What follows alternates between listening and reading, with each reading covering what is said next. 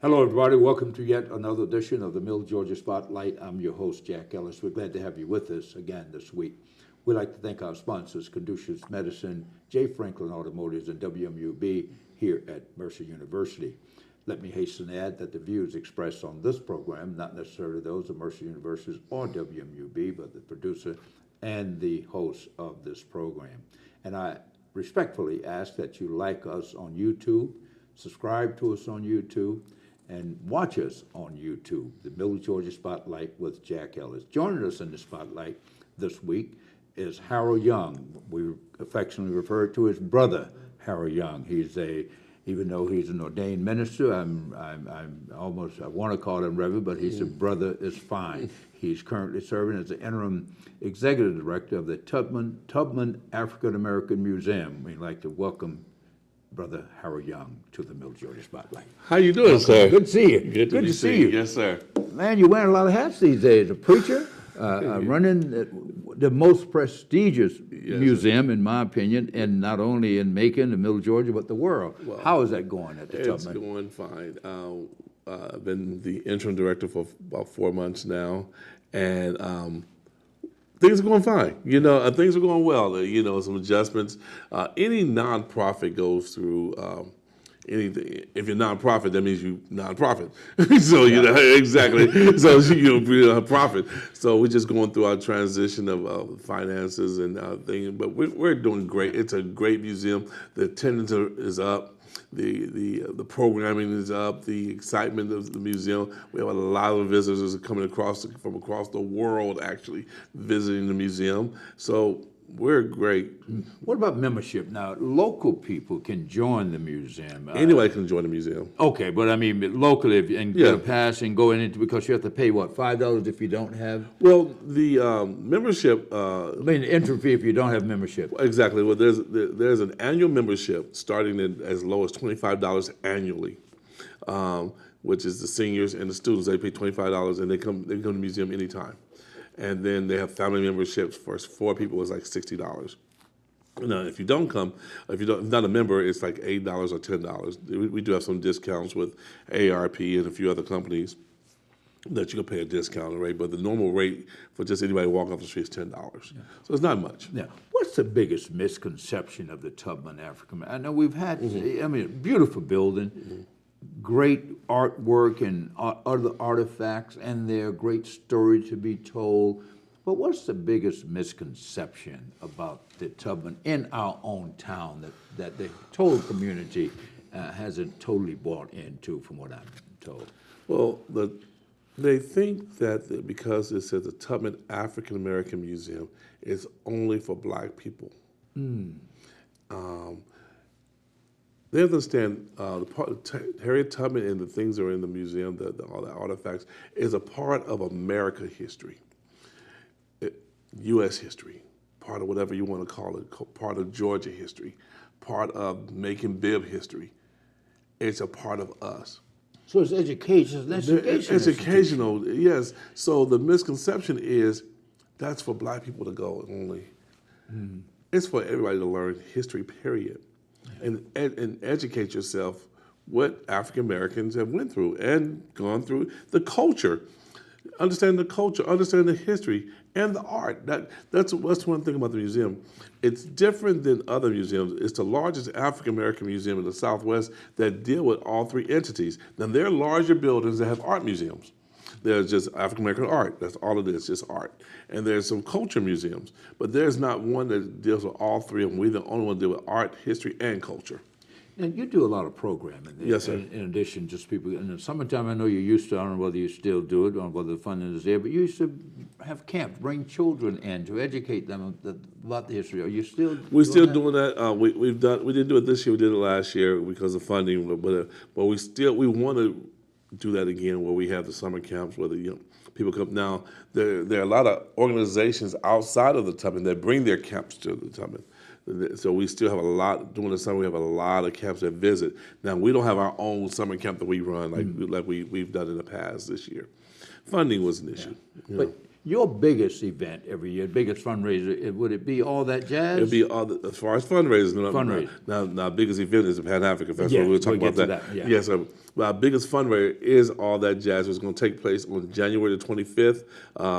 It's going to be at the Marriott this year, the ballroom, that side of the building. We used the Centerplex last year, but now we're using the ballroom. So this year we have our special guest Stephanie Mills and Will Downing. The tickets are available through the Tubman this year directly. They're already on sale now? Already on sale. Okay. Tables and yes, sir. We've been on sale for. How much for a ticket? One. Well, if you want just to come, it's $150. You get food, the concert, and then AJ the DJ, have the after party. And going for a good cause. Helping totally. Support the Tubman. So Exactly. keep telling the story. Yes, we have to. And that's one of our fundraisers. Just like any other organization need those fundraisers. Yeah. Well, tell us about in addition, last night, I tied this to last night, when I say last night, we're taping now, but we'll show this sometime. But let's say recently we had the Democratic debate at the Tyler Perry studio in Atlanta. Now we know that you all had this year the first African American film festival. Why was that important to have an African American film festival? We know that Tyler Perry is an African American filmmaker, has his great studio at Fort McPherson.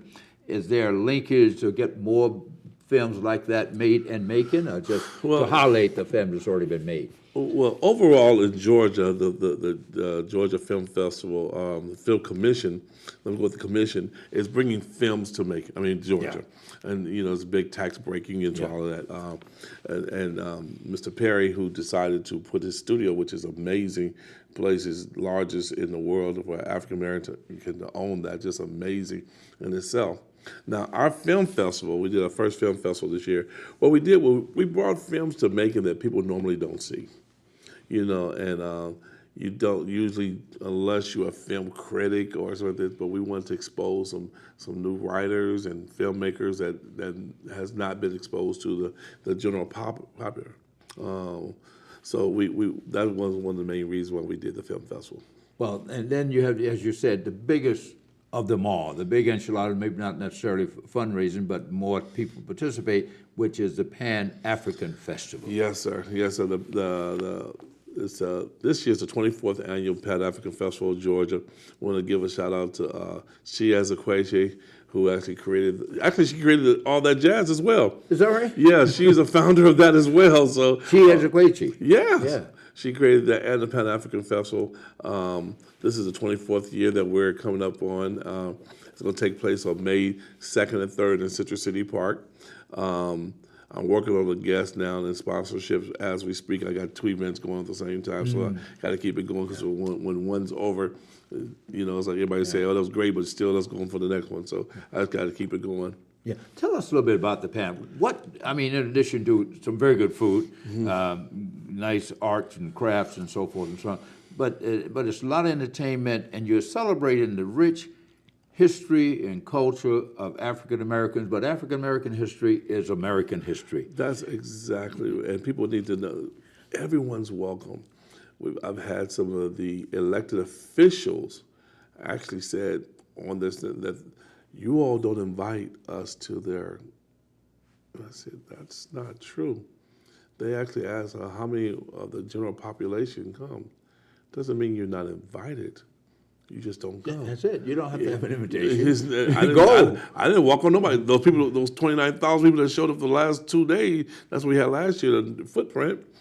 We didn't invite them personally. It's an open festival and you come.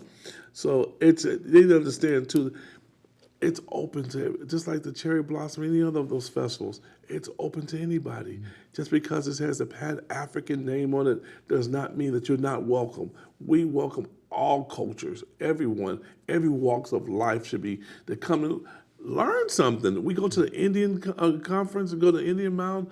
Like, what's wrong with going to support African Americans? And it's really disturbing because I actually came from Los Angeles, from the West Coast.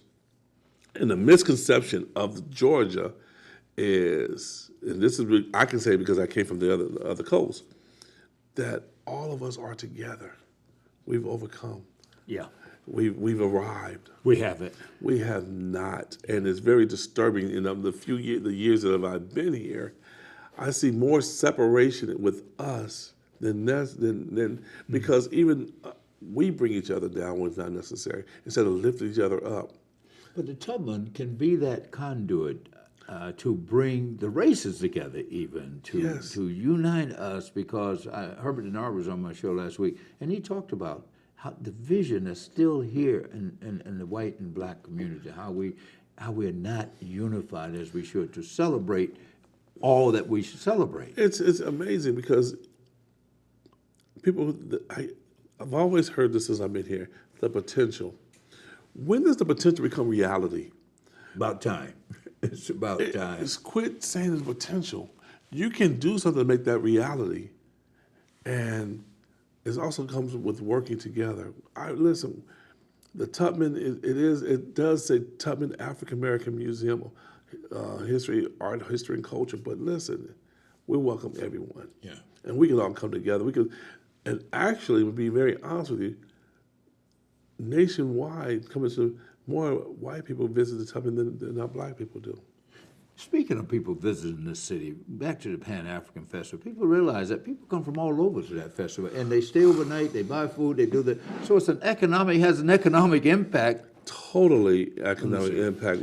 Last year, Sheriff Davis, who's been very supportive of the festival, he comes every year, he finds me, Harold, you're doing it again. The growth is, look at the amount of people. I mean, every year he finds me. That's just our little thing that we do. And they do the estimate of the number. Yes, I have some people that doing an estimate number of footprints and how people came. Last year was 29,000 people in 2 days. That means people are buying gas. They're buying whatever locally. They're spending the tax money. Supporting small businesses here too. Yes, even all the small businesses that are in the festival, and just locally, get hotels. They have allowed us to be a part of the hotel motel tax. Very small percentage, but and they took us off the general budget. It's almost an insult, but I won't get into that really. Well, I think maybe you can't get into it, but we as a community ought to get into it. Yeah. I ought to speak to it. Herbert Denard, Billy Pitts, and other people ought to speak to it because it has so much value to this community, and we cannot let it be looked at just another.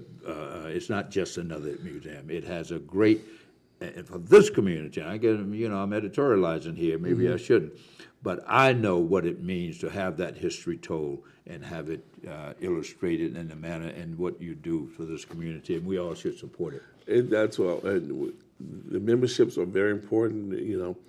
But I'm not belittling. I really appreciate the membership that we have. But once you pay your $25 for that year, that's our budget is like a 1.6 a year to because of the insurances and everything. To keep the building open.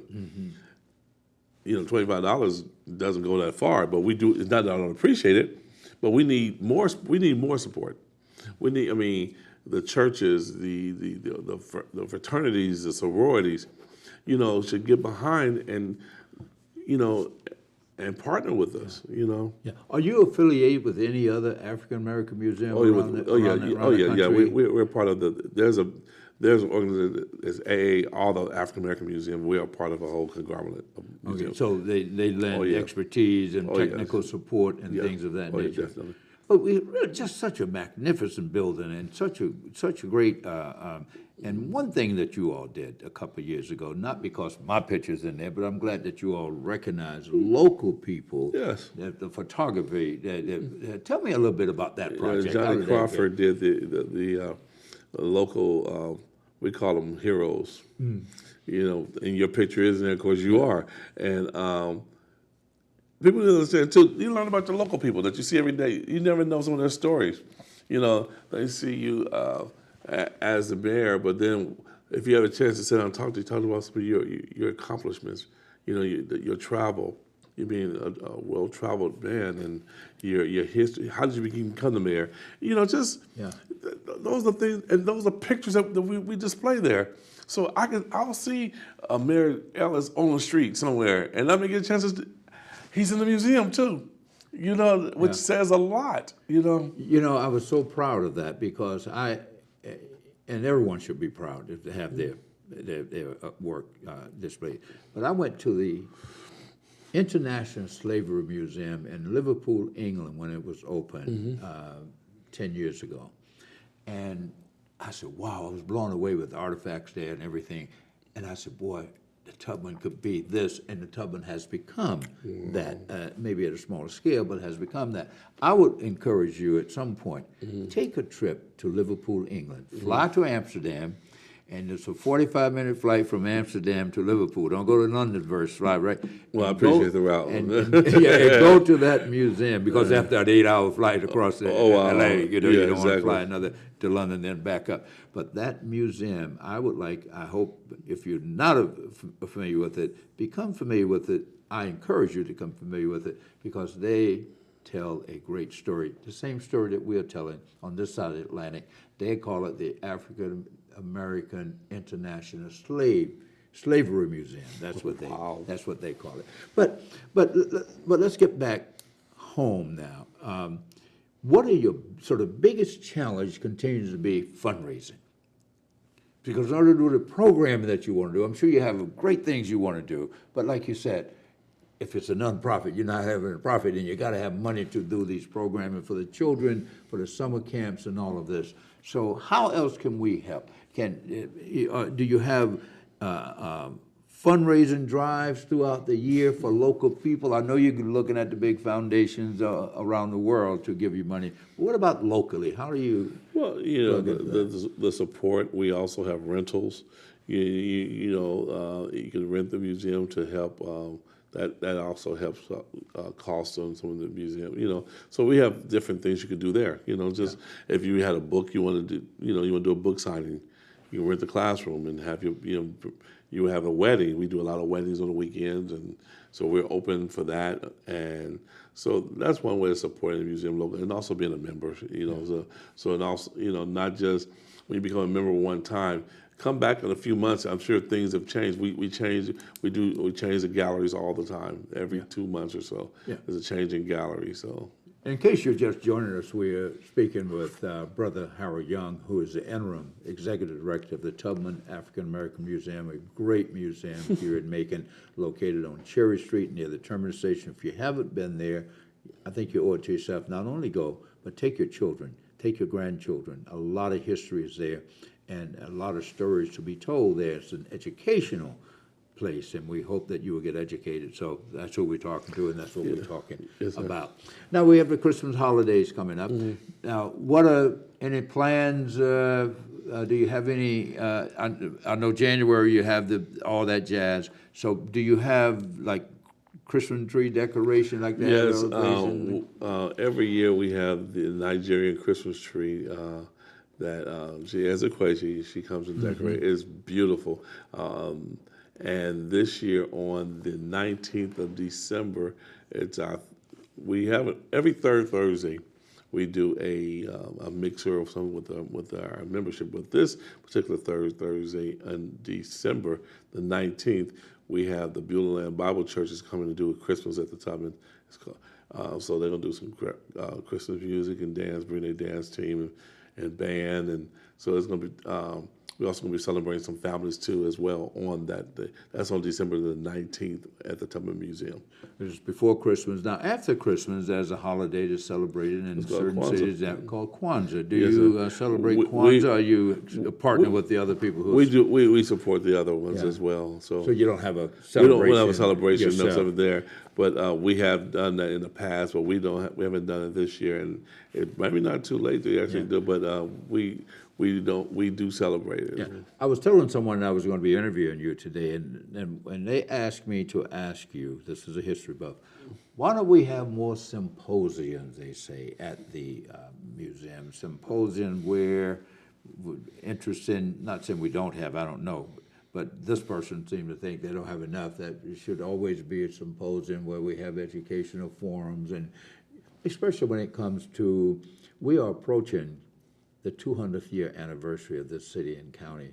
1822. December the 31st, the county was formed. The next day, January the 1st, 1823, the city was chartered. So we're approaching our 200th year anniversary. And I'm going to ask you to charge you, on the 100th year anniversary, they had about 5 pages related to Black history in the city of Macon, the 100 years. Even though a book had about 200 pages, about 5 of them. So I'm going to charge you with making sure that this year, this celebration, the bicentennial, which is 2 years away, that we have a meaningful representation, that the Tubman be at the tip of the spear of this thing. If I'm still here, definitely make Well, it. we hope you're still here. And I want to say publicly, I'm lobbying for him to stay there because I think that when you have someone that's been at the helm, was volunteering, wasn't getting paid, when it comes time to get paid, you should get paid. You know, that's my opinion. That's my 2 cent worth. Well, I appreciate it very much. But now, how big is your staff? And you said you mentioned the budget, 1.7 million. Yes, sir. And of that 1.7, how much do you have to scuffle for? In other words, you have to go out and find. I know the city's giving you some peanuts. Almost 1.5. So you're in a constant fundraiser mode. Always. Yeah, I mean, we're not federal funded like monthly by anybody. Anyway, no, we're always looking for money, and this is a really interesting dynamic for me when they created the museum, and I wasn't here, of course, but a lot of people. There was a lady who came into the museum, and I'll never forget it. At the grand opening, she didn't know who I was. I had pretty much organized. She came in, she says, "I can't wait for this museum to close." At the grand opening. And I said, "Why would you think it was closed?" She said, "They won't be able to sustain this." The reason why I bring that up is, it was set up not to be successful. Set up for failure. Yes, sir. We're not going to let it fail. No, and we're not. And I may be getting in trouble for this, but it was set up for failure. And I'm sorry for those people who number one is they didn't put a plan together for sustainability. Now, some of the commissioners said they need to be self-sufficient. How do you be self-sufficient when you're a major entity in the city? You're a nonprofit. You went from an 8,000 square foot building to a 49,000 square foot building.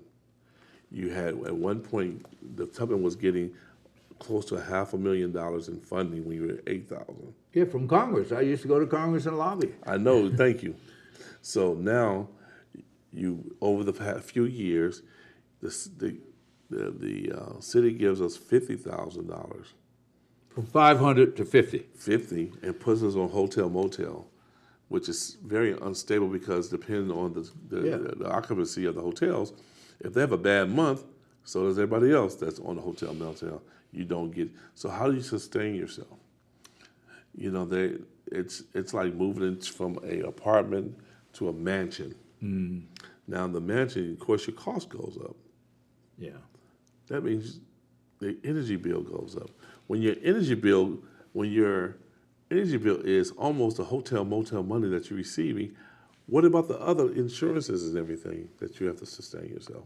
Have you all looked at making that building energy efficient by I'm solar? talking to a company. That's interesting, sir. I'm talking to a company they're in Colorado right now about doing solar. And there's people out there. There's corporations and funding and grants out there. And see, let me get them about grants. Let's say use your grant fund. A grant these days, it's hard to find operational grants.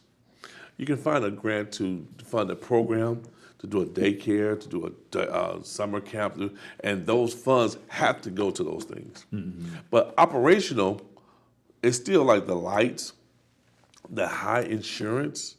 I mean, just every day-to-day expenses. That's what's really costly. What do you need? What's the projected figure just to build it out? Well, let me give you an example. Okay, that's a great question. Before I go answer that, the building was built years ago. Well, I don't know exactly. It was 2020. I don't know whatever that. The same equipment that was put in there 20-some years ago is still in there. So the same roof, the same pipes. And when we moved in there 5 years ago, nothing was changed out. Nothing. So it's a brand new, we're in there brand new, but that building was built years ago. And because remember, it started and it stopped. Of course you do. And then I wasn't here. They said it stopped for numerous of years. Yeah, about 8 years. At least just sat there. So what happens to a building that just sat there? What happened to anything that just sit? Let your car sit somewhere for 8 years. Unless you come in and change those wiring in that car. That could have been a brand new car 8 years ago. But if you never started it up 8 years, those wirings are no good. But you did. But what I'm going to do is I'm going to give you an outside paint job. And then those wires. It looks good. But the building is still the same. The wiring is still the same. The AC is still the same. And then people have the audacity to say, oh, they can't sustain this. The Tubman's in trouble. The Tubman's not in trouble. We're not misappropriating funds. There's nothing illegal. Just don't have enough. Just don't have enough funding. I mean, no, right. So we're not in trouble like, oh, the doors are going to close. Yeah. So based on all the programming that you are doing with such a small budget, you should be commended that you're doing so much. Small staff as well. Yeah. It's 7 people. You asked me that question. Yeah. It's only 7 of us. So, and the 7 people are doing multiple jobs. You know? Now, you used to have, I don't know whether you're still doing it, you used to have the movies outside. That was funded. Right. That was funded by the Knight Foundation. Oh, that was a project. That was another grant. Okay, so it had a start and stop date. Yeah, which was very. Now, I'm seeking grant money for that as well now because the people that came out there, some of the kids, it was so just to watch their face. They never been to a drive-in before, and then I thought it was a great taste. It was amazing because then we were able to work with a radio station that I work with as well. They could hear the movies in the car. So it was like being like if you're back in the day, you were going to the drive-in. So you go see a real movie at the drive-in. Let me ask you another question. People, like you said, people rent the space for different conferences. Do you have the state-of-the-art audio and visual? With smart boards, we have smart boards. And all of that, so if I wanted to come in, I can be connected to the world, Wi-Fi, you're well connected. Yes, sir. Well, that's good. Yes, sir. So you're up to date on that. Yeah. I mean, I know you spoke about the maintenance. Yeah, I was just more than we're not. It's not rinky-dink or something like that. Excuse the term. You're into the 21st century at least, technology. Exactly, at least that. You know, but I was just speaking of the structure of the building. And I'm just going to encourage people to support the Tubman. Visit if you haven't visited. Go down and visit. Take your children. Buy a membership. And $25 a year, you said? That's for a senior and a student. And, the next level is $30. Well, that's not going to break you. Right. So. I wonder how many people spent that much on lottery tickets last well, week. Or just going to McDonald's and feeding the family too, because it's ridiculous what they charge. But we could use your support. And then visit. We on Thursday. Like I said, we have our mixer, and then every first Friday is a discount for people to come in who don't pay who's not members. Yeah. And we change out the exhibits every few months, every month or so, almost a month, every 5 to 6 weeks almost. The exhibits being changed out. So you came one time, come on back. We're welcome. Well, anyway, our time is fresh up, and I thank you. It is a pleasure. Thank you so much for joining us. We've been speaking with Brother Harold Young, who is the executive director of the Tubman African American Museum. Go by and see him. Go visit the museum. They need your help. Happy holidays to you. Merry Christmas until next year. Yes, sir. Thank you very much. Bless you. Thank you. Until next week, I'm your host, Jack Ellis. Goodbye.